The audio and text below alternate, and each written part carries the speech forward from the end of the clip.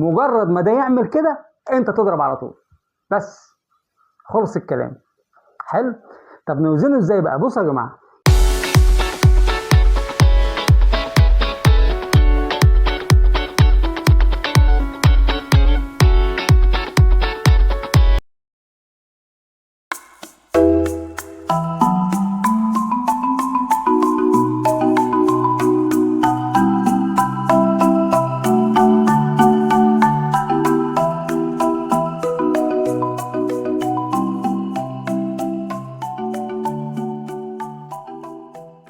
السلام عليكم ورحمة الله وبركاته. أعز ناس في الدنيا وأحسن ناس في الدنيا، أحلى تحية مني ليكم.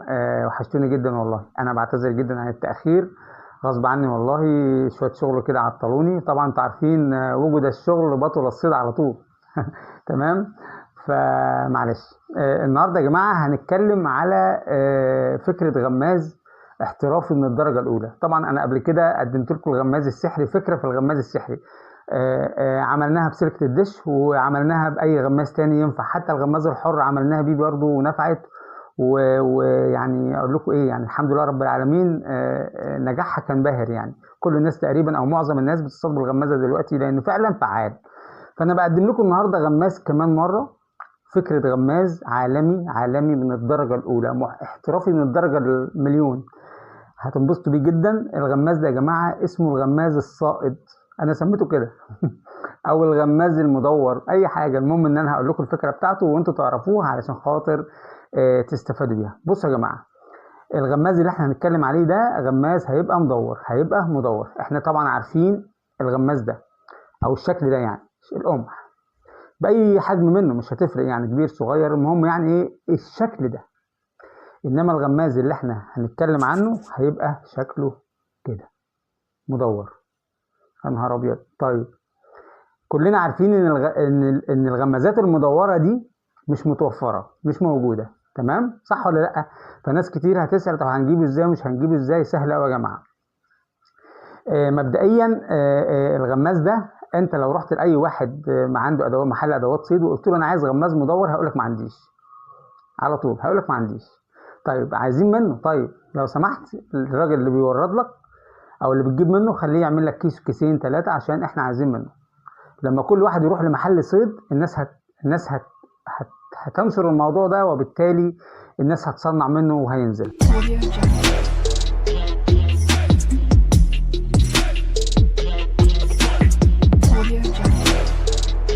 طب الغماز ده بيشتغل ازاي يا جماعه؟ عشان نعرف بس الغماز ده بيشتغل ازاي.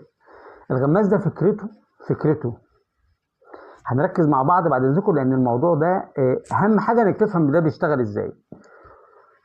فكرته ان انا بخلي دي نقطه ارتكاز على الايه، على الشفاطه دي. ازاي يعني؟ بمعنى ان انا بوزنه وزنه معينه، بحيث ان هو اول ما السمكه تيجي تاكل او تلمس تنوقف كده. بس هو اصلا بيبقى نايم على الميه كده، يعني انا بعمله، او هو فكرته ان هو يبقى نايم على الميه كده، لكن نايم على الميه بوزنه معينه. بمعنى هقولها لك دلوقتي، بوزنه معينه، بحيث ان هو مجرد ما السمكه بس تلمس الوش او تلمس الطعميه تلاقيه واقف كده. مجرد ما يقف كده انت تضرب على طول. فين الفكره بتاعه الحداف؟ انت لما بترمي حداف، تمام، وبتصطاد مثلا قشر بياض ولا اي حاجه وكلام من ده، بترشق العيدان بتاعتك في الارضيه 20 30 عود، او عودين او 3 زي ما يكونوا، وبتستنى اللبلوب يعمل كده، والتن انت على طول اصلا مجرد ما اللبلوب عمل كده انت ما بتدورش، انت بتضرب على طول. فده نفس الفكره، مجرد ما ده يعمل كده انت تضرب على طول، بس خلص الكلام. حلو. طب نوزنه ازاي بقى؟ بصوا يا جماعه، انا لما بحرك دي يمين، اولا في حاجه لازم تكون المصاصه طويله، شرط اساسي تكون المصاصه طويله، او الشفاط ده يكون طويل، شرط اساسي انه يكون طويل. طيب احنا ايه اللي بيحصل؟ يعني ده انا لو جيت عملته كده هتلاقيه واقف كده مثلا، جيت نزلته لتحت شويه هيعمل كده، جيت نزلته لواحد تحت شويه هيعمل كده، جيت نزلته لتحت شويه هتنعمل كده، تحت شويه هتنعمل لي كده، لو تحت سنه كمان هيعدل كده. تمام. انا بقى هنا الخيط بتاعي نازل كده، بمجرد طبعا هو على تكه، يعني انا مثلا لو مش وزنه صح هيعمل لي كده، هضطر ان انا اعمله كده عشان يعمل لي كده تاني. فاهمين؟ هتفهموها برضو اكتر. مجرد ما السمكه تشد كده ده واقف كده على طول. تاني، لو انا عملته كده في النص مثلا او فوق هتلاقيه عامل لي كده في الميه. تمام. انزل هتلاقيه لسه واقف، انزل شويه هيبدا يميل معايا، هنزل شويه هيبدا يميل معايا، هنزل اكتر هيبدا يميل معايا. طيب الميلان ده هل مثلا انا لازم اعمله كده عشان يبقى يشتغل معايا، وممكن الميل ده ما استغنى عنه؟ لا، ممكن برضه، ما هيبان معاك برضه، بس انا بحاول اجيبها على اخر مرحله بحيث ان يدوب الغماز يبقى يدوب، ما خلاص انت فاهمين، بحيث ان انا لما اشد كده يقف، اسيب ايدي يرجع مكانه. تمام، يعني بتظبطه على الطبه كده بالمنظر ده. طيب حاجه كمان وسر رهيب انا لازم اقوله لك، ان الرصاصه اللي احنا هنحطها على ده او لاي غماز من النوعيه دي مش لازم تكون وزنته. يعني انا مش هجيب الرصاصه واوزنها على قده بالظبط، لا لا لا لا خالص والله يا جماعه. انا لما بحط مثلا الرصاصه بتاعت ده، الميه بتيجي لحد هنا كده، الله ده لسه فيه فوق كتير اهوت، ما انا مش عايزه يغطس، انا عايز دي مع التقل يعملوا مقاومه مع بعض بحيث ان هي تبقى دي نقطه ارتكاز ويعمل كده. فهمتوا حاجه؟ لما نجربها في الميه هتفهموها. يلا نشوف.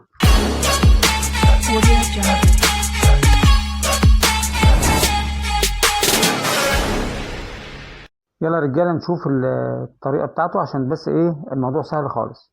طبعا ده معمول بالطريقه السحريه من تحت يا جماعه. تمام، مفيش حاجه كده جايه من فوق. لو انت حابب تعمله الخيط يدخل من هنا عادي، ما عندكش مشكله. اهو ادي رصاصه عاديه خالص اهي، ماشي اهو، والخيط نازل من فوق، ما عندكش اي مشكله، وده معمول بالطريقه السحريه. طيب احنا دلوقتي عايزين نشوف الدنيا فيها ايه، نعرف ازاي يشتغل. هو كده واقف اهو، انا مش حابب كده لان هو طبيعي لما السمكه هتاكل هيبقى كده اصلا السمكه هتاكل معانا من غير ما مش هنحس انها بتاكل اصلا. طب احنا عايزين نتغلب على السمكه دي ونضحك عليها ونسرقها، هنعمل ايه؟ بصوا يا جماعه، انا لو رفعت ده لفوق كده اهو ورميته في الميه هيبقى واقف برضه. طيب لو نزلت لتحت واقف، نزلت لتحت شويه نفس الكلام، ننزل اكتر بدأ يميل معايا اهو، هو مايل معايا بس ايه مرفوع اهو، مش عارف شايفينه ولا لا، مايل بس مرفوع. لا انا عايزه يبقى مرفوع برضو بس يدوب على وش الميه بحيث ان على اقل لمسه يبقى تمام، وكده برضو تمام، يعني كده تمام. انا لو عملت كده هيقف، الغماز هيقف كده اهو، واقف اهو، مفيش اي مشكله. لو سبته هيميل، لو عملت كده انت تظبطه بقى على اكتر حساسيه. انا بجيبه كده مثلا بحيث ان ايه برضو حركه الميه ممكن تحركه، فبجيبه بطريقه بحيث ان هو يبقى مظبوط معايا من كل حاجه. مجرد ما المسه كده يبقى بالمنظر ده. تمام، بص يا رجاله، مجرد ما السمكه تمسك يقف كده، اضرب على طول ما استناش. ايه اللي هيخلي الغماز واقف كده؟ لازم يكون حاجه شداه. ده بالنسبه للسمك اللي هو بياكل في الميات اللي واقفه، بياكل السمكه بتاكل وهي نايمه من غير ما تحس بيها، مكان قدام بوابات مقفوله والميه هاديه خالص، انت عايز تاخد السمكه مش عارف تاخدها، فبتستخدم غماز زي ده يضحك على السمكه. مجرد ما السمكه تلمسه يبان اي حركه واضحه فيه. طيب بالنسبه لغماز القمع، غماز القمع هيتاكل لازم يعمل كده، فطبعا كده جامد كده باينه ان هو بتنقر، ممكن ياكل من غير ما تحس بيها، انما ده اقل لمسه فيه هتحس بيها. التاني اهو يا جماعه اللي هو جاي من فوق، هنلخبطه اهو اهو، غماز واقف اهو، هنزل تحت شويه نفس الكلام، نحاول ننزل تحت شويه نظبطه، ظبطتك معاه مره واحده اهو كده. انا طبعا لا، انا عايز اظبطه بقى، هحاول ان انا ارفع بحيث ان هو ايه يبقى، لا انزل،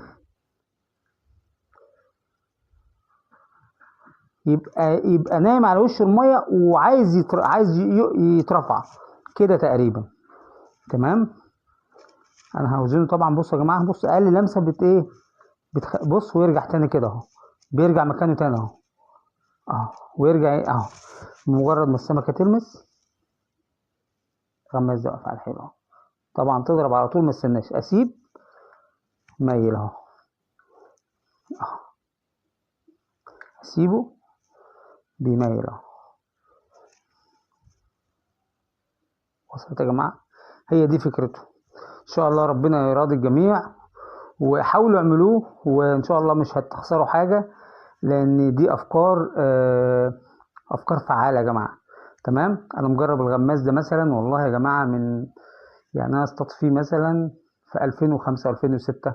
اصطدت بده، كنت قاعد على المية، والحمد لله بفضل الله كنت انا اللي بطلع سمك بده، لان المية يومها كانت واقفة، وده اللي كان بيغلط السمكة وباخد بيه سمكة. تمام. سلام عليكم.